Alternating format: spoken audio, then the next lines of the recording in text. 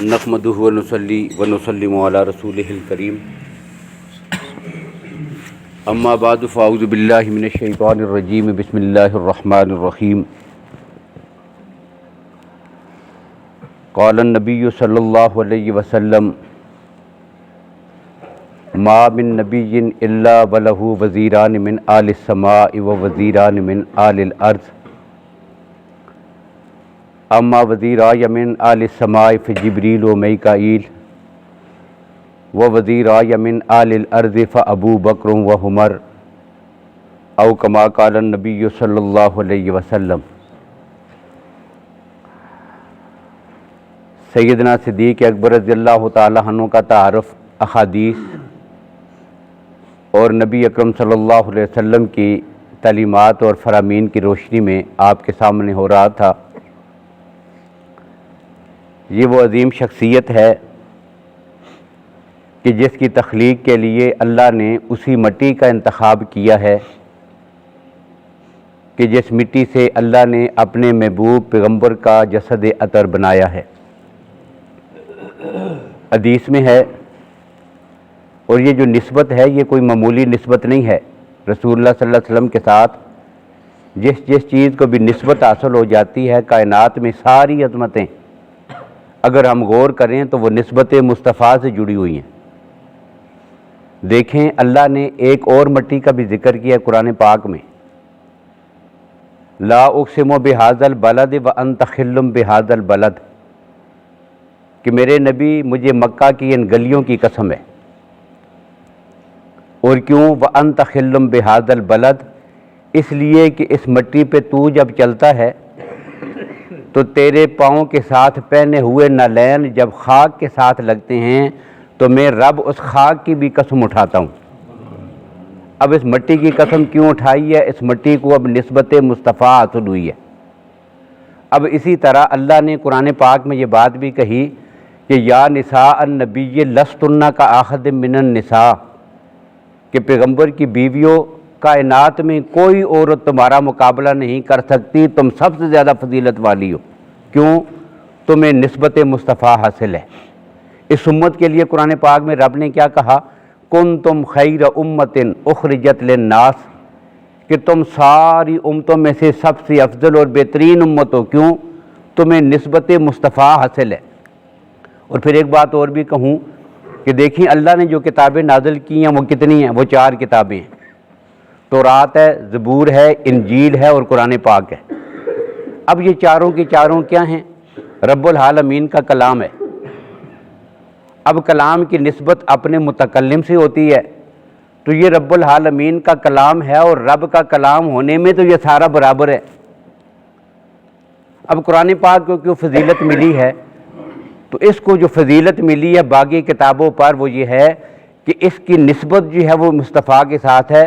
اللہ نے یہ قرآن اپنے نبی کے قلب اطہر پہ جو ہے وہ نازل کیا ہے، تو اس نسبت کی وجہ سے باقی کتابوں پر بھی قرآن کو فضیلت حاصل ہو گئی۔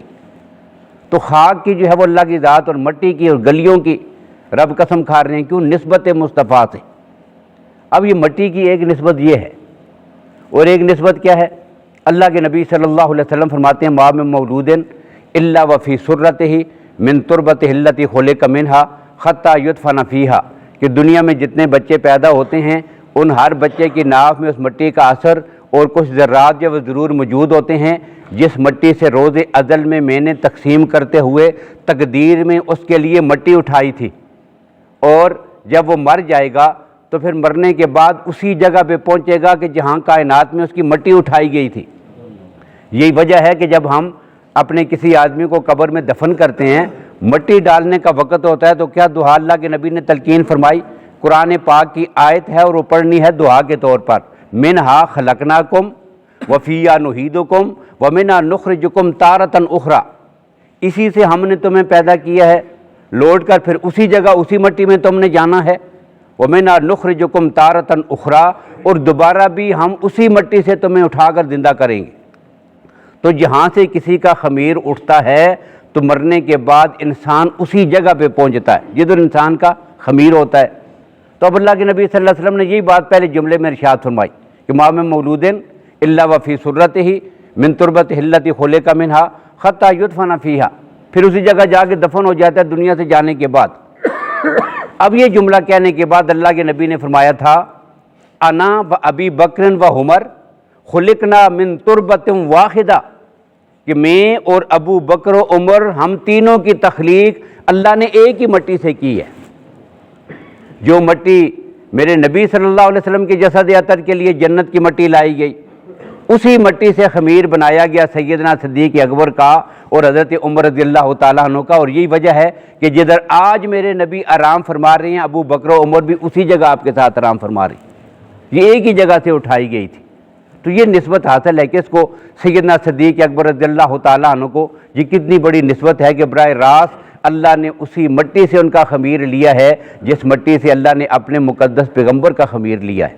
اور یہ وہ شخصیت ہیں سیدنا صدیق اکبر رضی اللہ تعالیٰ عنہ کہ جنہیں سب سے پہلے کلمہ پڑھنے کی شہادت نصیب ہوئی ہے، اس امت کا مومن اول جسے سب سے پہلے یہ شہادت حاصل ہوئی۔ اب یہاں پر جو ہے وہ سیرت نگاروں نے پھر بڑی تفصیل کے ساتھ لکھا۔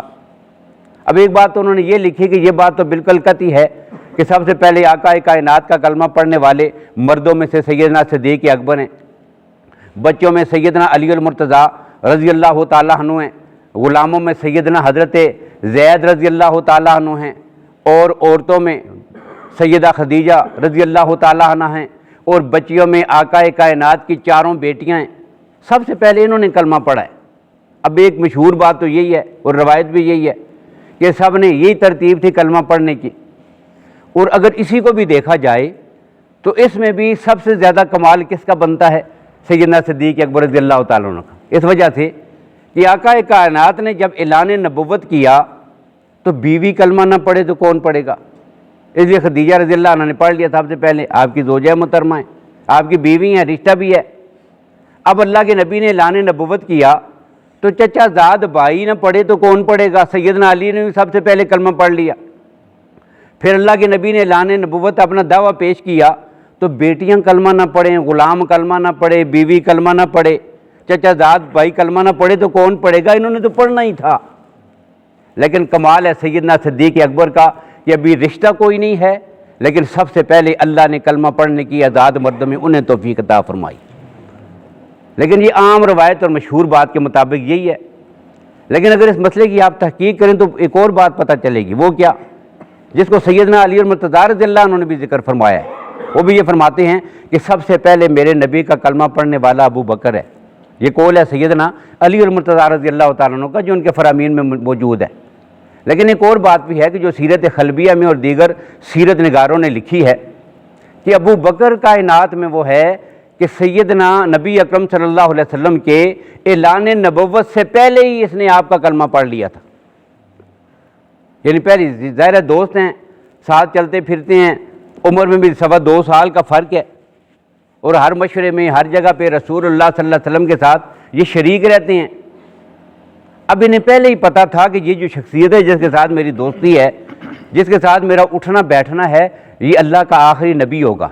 اور کیسے پتہ چلا؟ تو سیرت خلبیہ میں ایک روایت جو وہ نقل کی گئی ہے کہ ایک دن سیدنا صدیق اکبر رضی اللہ تعالیٰ عنہ نے رات کو خواب دیکھا، اور خواب میں دیکھا کہ آسمان کا جو چاند ہے وہ اوپر سے نیچے کی طرف آ رہا ہے۔ رأى القمر نزل الی مکہ، کہ چاند جو ہے وہ آسمان سے زمین کی طرف، مکے کی سرزمین کی طرف نیچے آ رہا ہے، اور نیچے آتے آتے جب وہ بالکل قریب آیا تو قریب آنے کے ساتھ ہی زمین کے قریب جب پہنچا تو ٹوٹ کر بکھر گیا، اس کی شعاعیں ایک ایک روشنی، ایک ایک کرچی وہ الگ ہو کر بکھر گئی پورے شہر میں، اور ہر گھر میں وہ روشنی، وہ نورانیت، وہ رنگ جو ہے وہ ہر گھر میں داخل ہو گیا۔ پورا چاند کھلا، بکھرا، اور بکھرنے کے ساتھ ہی جو کیا ہوا، ہر گھر میں داخل ہو گیا۔ اب اس کے بعد وہ ساری روشنیاں واپس آگے جڑی نا، تو پھر چاند بن گیا، اور چاند بننے کے بعد وہ پورا چاند جو ہے وہ سیدنا صدیق اکبر رضی اللہ عنہ فرماتے میری گود میں آ کے گر گیا۔ اب صبح جب میں جاگا تو اس وقت کے جو اہل کتاب تھے، میں نے جا کے ان سے تعبیر پوچھی، جو بڑے لوگ مانے جاتے تھے، اہل علم تھے، ان کے پاس بڑا علم تھا، تو میں نے جا کر ان سے یہ بات کی کہ یہ رات کو میں نے خواب دیکھا ہے، تو یہ خواب جو ہے مجھے بتائیں اس کی تعبیر کیا ہے۔ تو انہوں نے کہا کہ یہ جو آسمان سے چاند اترا ہے نا، یہ دنیا میں آخری نبی کے مبعوث ہونے کا وقت قریب ہے۔ یہ اس کی طرف اشارہ ہے۔ اللہ اب اپنے آخری نبی کو دنیا میں تشریف آوری ہوگی ان کی، مکہ مکرمہ کی سرزمین پہ وہ اعلان نبوت فرمائیں گے، اور جو بکھر کر ہر گھر میں روشنی پھیلی ہے نا، تو اللہ کی ذات کوئی کچا پکا گھر ایسا نہیں چھوڑیں گے کہ جہاں پر میرے نبی کی دعوت نہ پہنچے۔ اللہ اس دین کو پہنچائیں گے، ہر گھر میں یہ نورانیت اور اسلام کا نور داخل ہوگا، ہر گھر میں نبی کی دعوت ہر گھر تک پہنچے گی، اور پھر وہ جمع ہو کر سارا جو تیری گود میں آیا ہے نا، وَأَنْتَ أَسَدُ النَّاسِ إِلَيْهِ، اس نبی کے آنے کی وجہ سے کائنات میں انبیاء کے بعد جسے سب سے بڑا شرف حاصل ہوگا نا، جو فائدہ اٹھا سکے گا اس نبی سے، وہ تو یہ ابو بکر، تیری گود میں جو چاند آ کے گرا ہے۔ تو مفسرین و سیرت نگاروں نے لکھا، ابو نہیم، خلیہ ابو نہیم میں ایک روایت ہے کہ تمام صحابہ کرام رضی اللہ تعالیٰ عنہ یہ کہا کرتے تھے کہ صدیق اکبر تو کائنات میں وہ ہے کہ جو نبی کے اعلان نبوت سے پہلے ہی ان پر ایمان لا چکا تھا اور انہیں اللہ کا نبی مانتا تھا۔ تو یہ فضیلت ہے، یہ عظمت ہے اس شخصیت کی جسے سیدنا صدیق اکبر رضی اللہ تعالیٰ عنہ کہتے ہیں۔ اور پھر کیوں نہ ہو، اللہ نے کتنی عظمتیں عطا کی ہیں۔ ایک دفعہ حدیث میں ہے کہ ایک دفعہ شیطان نبی اکرم صلی اللہ علیہ وسلم کے سامنے آیا۔ اب جب شیطان آیا تو حضور صلی اللہ علیہ وسلم کی اس کے ساتھ مکالمہ ہوا، گفتگو ہوئی۔ اب دوران گفتگو ساری انسانیت کا دشمن ہے، جس نے قسمیں اٹھائی تھی ساری انسانیت کو گمراہ کروں گا، وہ اپنے کام میں لگا ہوا ہے۔ اب وہ سامنے آیا تو حضور صلی اللہ علیہ وسلم کے ساتھ جو مکالمہ ہوا، تو اس گفتگو میں ایک جملہ یہ بھی تھا، اللہ کے نبیوں سے فرماتے ہیں شیطان تو ساری انسانیت کو گمراہ کر رہا ہے، ابو بکر کے بارے میں کیا خیال ہے؟ بتاؤ ابو بکر کو کیسا پایا؟ تو شیطان نے کہا کہ میں نے اسلام سے قبل، جب اسلام سے قبل بھی ابو بکر ہمارے قابو میں نہیں آتا تھا، اب تو اس نے آپ کا کلمہ پڑھ لیا ہے، اب اسے کون قابو کر سکتا ہے؟ تو شیطان بھی جس کی عظمت سے بے بس ہو کر مجبور ہے کہ جس پہ اب میرا بھی بس نہیں چلتا، اللہ کے ان بندوں میں شامل ہے کون؟ سیدنا صدیق اکبر رضی اللہ تعالیٰ عنہ۔ اور یہ وہ شخصیت ہیں کہ جس پر فرشتے بھی رش کرتے تھے، جس کی عظمت پر، جس کے تقدس پر، جس کی شان پر جب فرشتوں کے سامنے اس کا اظہار ہوتا تھا تو ان کے دل میں بھی ارمان ہوتا تھا کہ ہم فرشتے نہ ہوتے، ابو بکر ہوتے۔ خود جبریل امین سے پوچھا گیا، جبریل اگر تو جو ہے وہ فرشتہ نہ ہوتا، سید الملائکہ نہ ہوتا، اللہ تجھے انسانوں میں پیدا کرتا، یہ کائنات میں جتنے انسان تو چلتے پھرتے دیکھتا ہے، کیا خیال ہے تیرا دل کرتا ہے کیسا انسان ہوتا؟ تو اس نے کہا جی اگر میں انسان ہوتا تو میرا دل کرتا ہے میں ویسا انسان ہوتا جیسا انسان ابو بکر ہے۔ دیکھیں کتنا آئیڈیل، کتنی مثالی شخصیت اللہ نے کائنات میں بنا کے اپنے نبی کو دوستی کے لیے عطا کی ہے۔ اور پھر نبی اکرم صلی اللہ علیہ وسلم فرماتے ہیں ہر آدمی کے ساتھ اس کے دائیں کندھے پر، بائیں کندھے پر اللہ نے فرشتوں کو مقرر کر دیا ہے۔ انہیں کیا کہتے ہیں؟ کرامن کاتبین۔ اور اللہ نے یہی فرشتے جو ابو بکر کے ساتھ ڈیوٹی پہ لگائے نا، کرامن کاتبین، یہ فرشتے باقی ساری فرشتوں پر، امت کے ساتھ سارے لوگوں کے کندھوں پر جو فرشتے ہیں نا، سب کے سامنے فخر کرتے ہیں، دیکھو ہم کتنی عظمت والے ہیں، اللہ نے ہمیں جس شخصیت کے ساتھ ڈیوٹی پہ لگایا ہے اس کو ابو بکر کہتے ہیں۔ یعنی اس کے ساتھ ڈیوٹی کرتے ہوئے فرشتے بھی خوشی محسوس کر رہے ہوں، اتنی عظمت والا ابو بکر۔ اور انہیں فرشتوں نے یہ بات بھی کہی ہے، وہ جو گناہ لکھنے والا فرشتہ ہے نا، کہتے ہیں جی آج تک ہمیں ایک بار بھی ایسا موقع نہیں ملا کہ ابو بکر نے ہمیں کچھ لکھنے کا موقع دیا ہو۔ یہ آدمی گناہوں کے قریب نہیں گیا، اللہ نے اس کی ایسی حفاظت فرمائی ہے۔ اور یاد رکھیے صحابہ کرام معصوم نہیں ہوتے، ابو بکر بھی معصوم عن الخطا نہیں ہیں، محفوظ ہیں، اللہ اپنے بندوں کی حفاظت فرماتا ہے۔ تو ان کے مزاج میں، فطرت میں، اور وجہ کیا ہے؟ خمیر مٹی کا جو اثر ہوتا ہے نا، اسی کا اثر ہے سارا۔ انبیاء معصوم کیوں ہوتے ہیں؟ اللہ نے ان کی مٹی ایسی رکھی ہے کہ اس میں عصمت ہے اور وہ گناہ ان سے سرزد ہوتا ہی نہیں۔ تو اسی مٹی سے جب سیدنا صدیق اکبر کا خمیر ہے تو ان کی فطرت میں بھی نیکیاں ہی نیکیاں ہیں، اچھائیاں ہی اچھائیاں ہیں، وہاں پر برائی اور گناہ اس کی طرف ان کا رجحان ہی نہیں جاتا، اللہ نے ایسا پیدا کیا۔ اور کون؟ سیدنا صدیق اکبر رضی اللہ تعالیٰ عنہ کی ذات گرامی، کہ رسول اللہ صلی اللہ علیہ وسلم کے ساتھ محبت کا کیا انداز تھا کہ وہ حدیث میں نے آپ کے سامنے ذکر کی ہے کہ نبی اکرم صلی اللہ علیہ وسلم نے اپنے صحابہ کرام کے سامنے یہ پیشن گوئی فرمائی تھی کہ میرے صحابہ ایک رات اچانک میری زندگی میں ایسی آئے گی، مجھے اللہ نے بتایا ہے کہ سردی کا موسم ہوگا، رات کو میں اپنے بستر پہ سو جاؤں گا، جب میں تہجد کی نماز کے لیے جاگوں گا تو وضو کرنے کے لیے پانی لینے کی کوشش کروں گا، دیکھوں گا گھر میں پانی نہیں ہے۔ اب جو ہے وہ سردی ہوگی اور میں آگ جلانے کے لیے جب لکڑیاں دیکھوں گا تو گھر میں لکڑیاں بھی نہیں ہوں گی۔ ایک رات میری زندگی میں ایسی آئے گی، یہ پیشن گوئی اللہ کے نبی نے فرما دی۔ اب اس کے بعد خدا جانے کتنا عرصہ گزرا، کتنے مہینے گزرے، کتنے سال گزر گئے، بات آئی گئی ہوگی، ختم ہو گئی۔ پھر اچانک ایک رات اچانک سردی کا موسم ہے اور نبی اکرم صلی اللہ علیہ وسلم اپنی آدھی رات کو جب تہجد کے لیے بیدار ہوئے، وضو کرنے کا ارادہ کیا تو دیکھا گھر میں پانی نہیں ہے۔ پھر آگ جلانا چاہتے تھے سردی سے بچنے کے لیے، تو جا کے دیکھا تو لکڑیاں بھی نہیں ہیں۔ اب حضور صلی اللہ علیہ وسلم کو وہ بات یاد آ گئی کہ میں نے پیشن گوئی کی تھی اپنے صحابہ کے سامنے، وہی رات آج آ گئی ہے کہ میں رات کو جب بیدار ہوا ہوں تہجد کے لیے گھر میں پانی بھی نہیں رکھ سکا، پانی بھی نہیں ہے اور لکڑیاں بھی نہیں ہیں۔ اب اس ارادہ سے باہر نکلے کہ جا کر جو ہے وہ کہیں سے پانی لے کے آؤں یا وضو کر کے آؤں اور تہجد کی نماز پڑھوں۔ اب جیسے دروازہ کھولا نہ دے رہا ہے، دروازہ کھولا تو دیکھا ایک آدمی سامنے کھڑا ہے، اور کھڑا اس کیفیت میں ہے کہ اس کے ایک ہاتھ میں ایک برتن ہے جس میں پانی پکڑا ہوا ہے، دوسرے ہاتھ میں لکڑیاں پکڑی ہوئی ہیں۔ اب حضور نے پوچھا کون ہو؟ یا رسول اللہ ابو بکر ہوں۔ تو اللہ کے نبی نے پوچھا تجھے کیا پتا تھا؟ مجھے بھی تو پتہ نہیں تھا، علیمم بذات صدور کون ہے؟ صرف رب العالمین کی ذات۔ تو مجھے بھی نہیں پتا تھا کہ آج کی رات ایسا ہو جائے گا، یہ تو اچانک ہو گیا، اللہ نے اپنے جو پیشن گوئی فرمائی تھی وہ پوری کرنی تھی، یہ تو اللہ کی تقدیر میں طے شدہ تھا، یہ تو ہونا ہی تھا۔ اس لیے میں بھی سو گیا، جاگا تو پانی نہیں، لکڑیاں نہیں، مجھے نہیں پتا، تجھے کیسے پتا ہے؟ تو عرض کیا یا رسول اللہ یہ آج کی رات کی بات تو نہیں ہے کہ آپ مجھ سے پوچھیں تجھے کیسے پتا ہے، یہ تو جس دن آپ نے صحابہ کرام کے سامنے کہا تھا نا محفل میں کہ ایک رات آئے گی، اس کے بعد کوئی رات ایسی نہیں گزری کہ ساری رات ابو بکر ایک ہاتھ میں پانی کا لوٹا لے کر اور دوسرے ہاتھ میں لکڑیاں پکڑ کے آپ کے دروازے پہ کھڑا رہتا ہے۔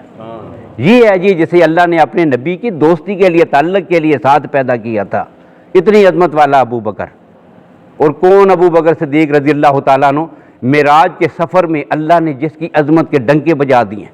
میرے نبی صلی اللہ علیہ وسلم کی حیات طیبہ میں دو سفر جو ہیں وہ بڑے عجیب ہیں، ایک معراج کا سفر اور ایک ہجرت کا سفر، لیکن دونوں موقعوں پر جہاں اللہ نے اپنے نبی کی عظمت کا اظہار کیا ہے، پھر صدیق اکبر سے ایسے افعال سرزد ہوئے، ایسے کام سر انجام پائے کہ دونوں واقعات نے صدیق اکبر کی عظمت کو بھی پوری دنیا میں پھیلا دیا ہے۔ اور یہی وجہ ہے، سید عائشہ رضی اللہ تعالیٰ عنہ فرماتی ہیں کہ رات کا وقت ہے اور میں جو ہے وہ اپنے حجرہ میں بیٹھی ہوئی ہوں، حجرہ کے باہر، اور باتیں ہو رہی ہیں، اور کیفیت کیا ہے؟ بینا راس رسول اللہ صلی اللہ علیہ وسلم فی خجری، میں بیٹھی ہوئی ہوں اور آقا کائنات لیٹے ہوئے ہیں اور آپ کا سر مبارک جو ہے وہ میری گود میں ہے۔ اب یہ عظمت آپ اندازہ کریں کہ جس شخصیت کی گود میں آقا کائنات اپنا سر رکھ کے آرام فرما رہے ہوں، کائنات کے مومنوں کی ماں کون؟ سیدہ عائشہ۔ بیٹی کو یہ فضیلت حاصل ہے، اور دوسری طرف باپ ہے، والد ہیں، غار میں جب جاتے ہیں تو اللہ کے نبی اس کی گود میں سر رکھ کے سو جاتے ہیں۔ یہ عظمتیں بس ایک ہی گھر کو ماں بیٹی کو جو عظمت ملی ہے نا کائنات میں، پوری کائنات اس کا مقابلہ نہیں کر سکتی۔ اسی وجہ سے اللہ کے نبی صلی اللہ علیہ وسلم سے پوچھا گیا یا رسول اللہ آپ کو پوری دنیا میں سب سے زیادہ محبت کس سے ہے؟ اللہ کے نبی صلی اللہ علیہ وسلم نے فرمایا عائشہ سے۔ تو پوچھنے والے نے پوچھا وہ من الرجال، مردوں میں سے؟ یہ تو عورتوں کی بات آپ نے کر دی نا سیدہ عائشہ رضی اللہ عنہ کی، تو مردوں میں سے سب سے زیادہ محبت کس سے ہے؟ اللہ کے نبی نے فرمایا ابوہا، عائشہ کے باپ ابو بکر سے۔ تو یہ کیفیت تھی۔ سیدہ عائشہ فرماتی ہے یہ کیفیت ہے، میں اپنے حجرہ کے باہر بیٹھی ہوئی ہوں، اللہ کے نبی کا سر مبارک میری گود میں ہے اور باتیں ہو رہی ہیں، باتوں میں اچانک میری نظر پڑی اوپر آسمان کی طرف، اور میں نے دیکھا کہ بڑی کثرت کے ساتھ ستارے جو ہے وہ جگمگا رہے ہیں، آسمان بھرا ہوا ہے ستاروں سے۔ تو فوراً میرے ذہن میں ایک سوال پیدا ہوا اور میں نے اللہ کے نبی صلی اللہ علیہ وسلم سے وہ سوال کر دیا۔ میں نے سوال یہ کیا حل یکون لأحد من الحسنات عدد النجوم السماء، یا رسول اللہ کائنات میں کوئی ایسا انسان بھی ہے کہ جس کی نیکیاں اتنی ہوں جتنی آسمان کے ستارے ہیں؟ یہ سوال تھا۔ اب ذہن میں کیا تھا؟ ذہن میں یہ تھا کہ اللہ کے نبی صلی اللہ علیہ وسلم میرے والد صاحب کا نام لیں گے، اسی کا تذکرہ ہوتا ہے، ابو بکر کا ہی نام لیں گے رضی اللہ تعالیٰ عنہ۔